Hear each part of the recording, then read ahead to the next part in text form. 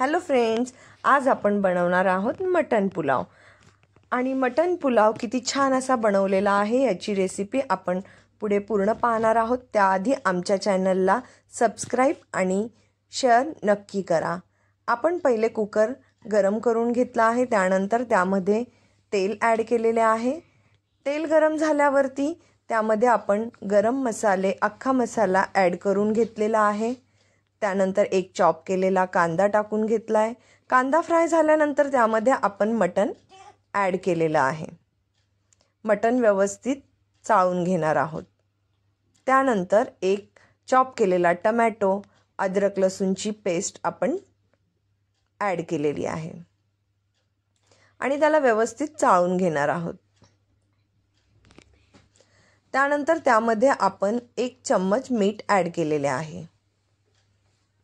त्यानंतर धना पावडर, मिरची पावडर, गरम मसाला, हळद असं सगळं मसाले टाकून घेतलेले आहेत आणि व्यवस्थित चाळून घेणार आहोत।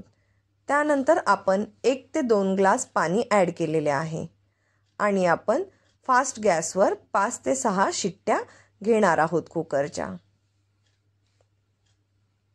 5 ते 6 शिट्ट्या झाल्यानंतर आपण कुकर उघडून पाहणार आहोत।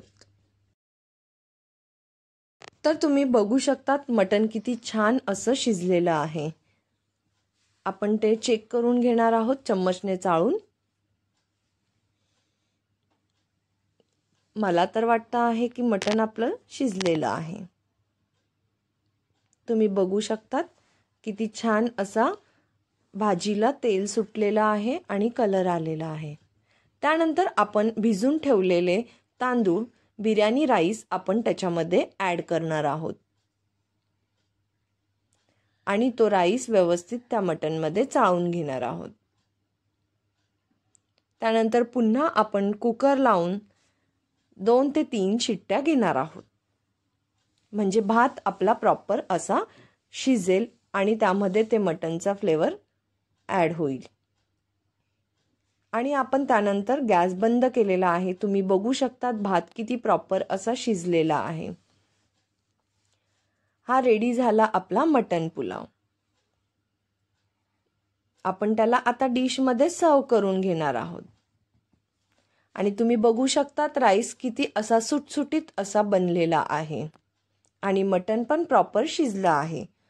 अशाच आमच्या नवीन रेसिपीज बघण्यासाठी आमच्या चॅनलला सबस्क्राइब, लाईक आणि शेअर नक्की करा।